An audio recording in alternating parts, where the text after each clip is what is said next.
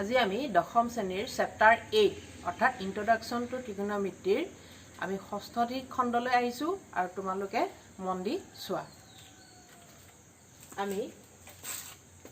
আজি এটা সমস্যাৰ সমাধান কৰিম। সমস্যাটো এনে ধৰণৰ চোৱা, যদি cot θ = 7/8 তেন্তে মান উলিওৱা। এক নম্বৰ কৈছে 1 + sin θ * 1 - sin θ divided by 1 + cos θ * 1 - cos θ আৰু নাম্বাৰ 2 উলিয়াবলৈ কৈছে cot square θ = কিমান। আমি এনেকুৱা যিকোনো ধৰণৰ যেতিয়া সমস্যা পাওঁ তেতিয়া সদায় কি কি দিয়া আছে হেতু আমি সদায় লিখি ল'ব লাগে। গতিকে কি কি দিয়া আছে আমি প্ৰথম লিখি ল'ম।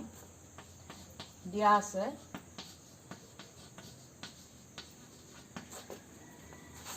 cot θ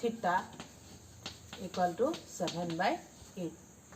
এটাকে এক নম্বৰ কি উলিয়াবলৈ কৈছে 1 + sin θ * 1 - sin θ divided by 1 + cos θ * 1 - cos θ equal এইটো উলিয়াবলৈ কৈছে। আৰু নাম্বাৰ 2 কি উলিয়াবলৈ কৈছে cot square θ = এই দুটা আমাক উলিয়াবলৈ কৈছে। গতিকে আমি প্ৰথম যেহেতু ইয়াত সমকোণী ত্ৰিভুজ বুলি কৈ দিয়া নাই, গতিকে আমি সমকোণী ত্ৰিভুজটো ধৰি ল'ম। হ'ল, এডোখৰ মই মোহাৰি দিছোঁ।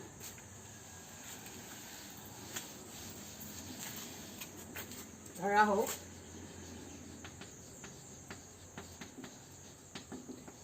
ABC এটা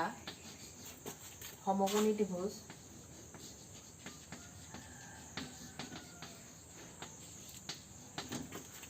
য'ত এংগল B = 90 ডিগ্ৰী। আৰু চোৱা আগৰবোৰত A C এইবিলাক আছিলে, এতিয়া ইয়াত দিছে থিতা। গতিকে আমি এংগল A = এই সমকোণটোক আমি থিতা বুলি কৰিম। হ'ল, গতিকে আমি যেতিয়া ধৰি ল'লোঁ আমি চিত্ৰটো লগালগ আঁকি ল'ম। ABC সমকোণী ত্ৰিভুজ, এইটো 90 ডিগ্ৰী আৰু ধৰি লৈছোঁ এংগল A = থিতা। এইটো আমি থিতা বুলি ধৰি লৈছোঁ। এতিয়া আমি প্ৰথম যাম যিটো দিয়া আছে। কি দিয়া আছিলে, যিহেতু cot θ = কি দিয়া আছে 7/8। therefore cot θ B/P এইটো থিতা কোণ A কোণটো সাপেক্ষে, গতিকে এইডাল B বেছ আৰু এইডাল BC ডাল পাৰপেণ্ডিকুলাৰ আৰু এইডাল হাইপোটেনাছ। গতিকে আমি cot θ বুলি ক'লে কি কওঁ B/P। এতিয়া B কিটো কোনটো AB আৰু P কোনটো BC। গতিকে কি লিখিম AB/BC = 7/8। হ'ল, মই আকৌ এইডোখৰ মোহাৰি দিছোঁ। এতিয়া ইয়াৰ পৰা আমি কি পাম AB বাই এই 7টো দেখিছানে, এই 7টো আমি তললৈ আনিম ইয়ালৈ আৰু এই BCটো ওপৰলৈ BC divided by 8 এইটো তেনেকৈ নিব পাৰোঁ। ইকুৱেল টু আমি এটা কনষ্টাণ্ট টাৰ্ম K ধৰি ল'ম আমি K C। এতিয়া যেতিয়া কনষ্টাণ্ট টাৰ্মটো আমি ধৰি ল'ম তেতিয়াহ'লে ইয়াৰ পৰা আমি কি পাওঁ AB/7 = কি হয় K আৰু ইফালে কি হয় BC/8 = কি হ'ব K। ঠিক আছে, ইমপ্লাইজ কি হ'ব AB = কি হ'ব 7K পাম আৰু BC = কিমান পাম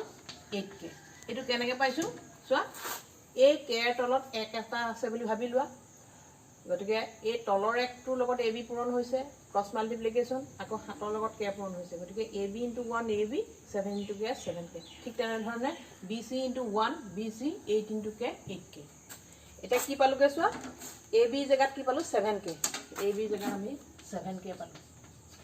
আৰু BC জেগাত কি পালোঁ 8K। এতিয়া চোৱাচোন এই AC মানটো আমি নাজানো, গতিকে আমি প্ৰথম কাম হ'ব আমাৰ AC মানটো উলিয়াই লোৱা। আৰু AC মানটো উলিয়াবলৈ কি হ'ব লাগিব, এইটো সমকোণী ত্ৰিভুজ, গতিকে সমকোণী ত্ৰিভুজৰ পাইথাগোৰাছৰ আমি সূত্ৰ এপ্লাই কৰিম। গতিকে পাইথাগোৰাছৰ সূত্ৰ অনুসৰি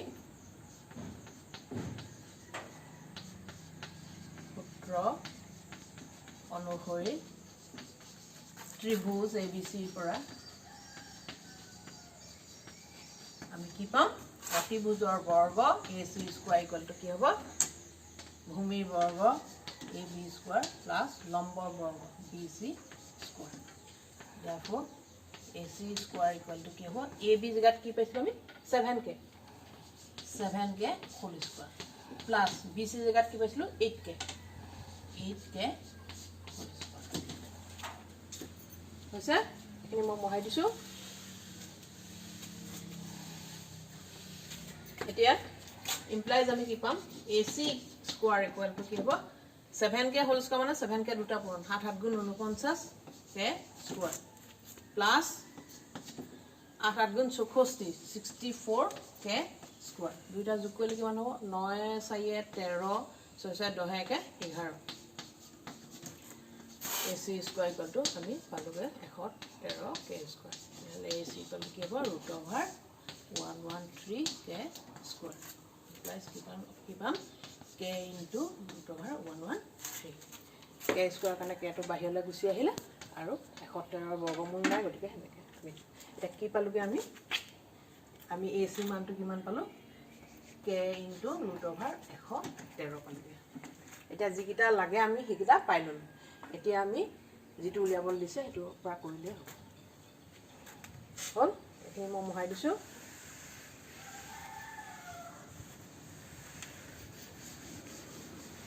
এতিয়া প্ৰদত্ত ৰাখি এক নম্বৰটো কৰিম আমি প্ৰদত্ত ৰাখি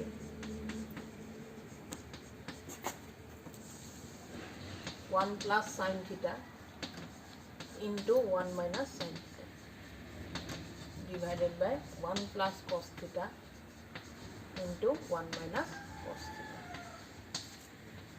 এতিয়া আমি বীজগণিতৰ এলজেব্ৰাৰ আমি থাৰ্ড ফৰ্মুলাটো মনলৈ আনিব লাগিব থাৰ্ড ফৰ্মুলাত অনুসৰি কি আছিল a square minus b square equal to কি আছিল a plus b into a minus b আছিল না a square minus b square equal to a plus b into a minus b এটা আছে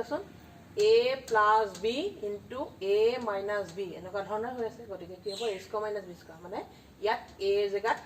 1 হ'ব আৰু b জায়গাত কি হ'ব sin theta তো কি হ'ব 1 square minus sin square theta ঠিক তেনে ধৰণে এটো কি হ'ব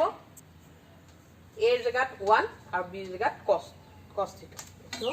1 square minus cos square theta আৰু এই কথাটো চাবা 1 square মানে 1 sin square theta মানে sin theta whole square একে sin square theta বা sin theta whole square একদম একে গতিকে এটো কি হ'ব sin theta whole square তেনেকে ঠিক তেনেকে cos theta whole square 1 minus এবাৰ sin theta ভ্যালু টো আমি কইম sin theta কি আছিল p by h p কোনডাল যেটো theta a হুকমকুণ্ডৰ নামটো theta so p by h p মানে bc by h মানে ac bc by ac whole square আছে গতিকে whole square তলত 1 minus cos theta whole square cos theta b by h b ab by ac AB by AC whole square. হল এটা মই এরকম মহাই দিছো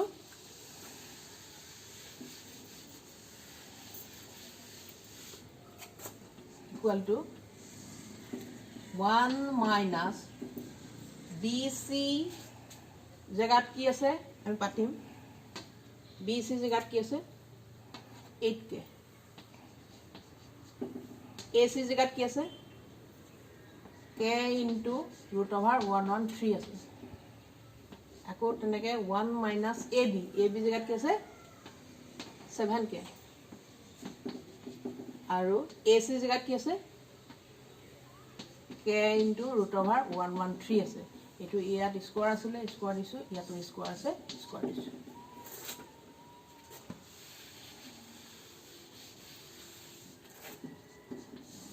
1 minus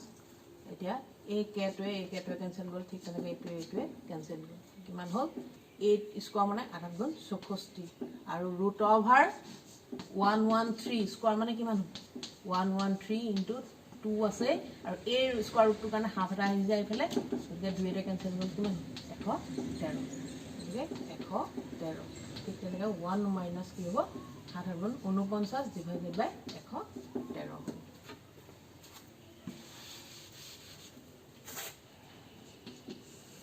এতিয়া এইটো ক্লাছ 6ত শিকি অহা 5-6ত শিকি অহা ইয়াৰ তলত 1 আছে 1 আৰু 113 লসাগু 113 ভালকে মন দি চাবা এইটোৱে ল'ৰা ছোৱালীবিলাকে ভুল কৰে সৰ্বসাধাৰণতে বহুত ডাঙৰ ডাঙৰ ল'ৰা ছোৱালীও এই ভগ্নাংশৰ যোগ বিয়োগ নজনা দেখা যায় গতিকে ভালকে মন কৰিবা ইয়াৰ 1টোৰ তলত এটা 1 আছে আৰু সেই 1 আৰু এইটোৰ লসাগু লম লসাগু কি হ'ব 113 সেই তলৰ 1টোৱে 113 খন কৰিলো 113 আৰু লগত 1ৰ লগত পূৰণ কৰিলো 113 বিয়োগ চিন আছে বিয়োগ 113 খন কৰিলো এবাৰ গ'ল 1 পূৰণ 64 ঠিক তেনেকৈ একে ধৰণে 1 আৰু 113 লসাগু 113 ইয়াত কি থাকিব 1 আৰু 113 খন কৰিলে 113 পূৰণ 1 113 বিয়োগ 113 খন কৰিলো 1 ইনটু 49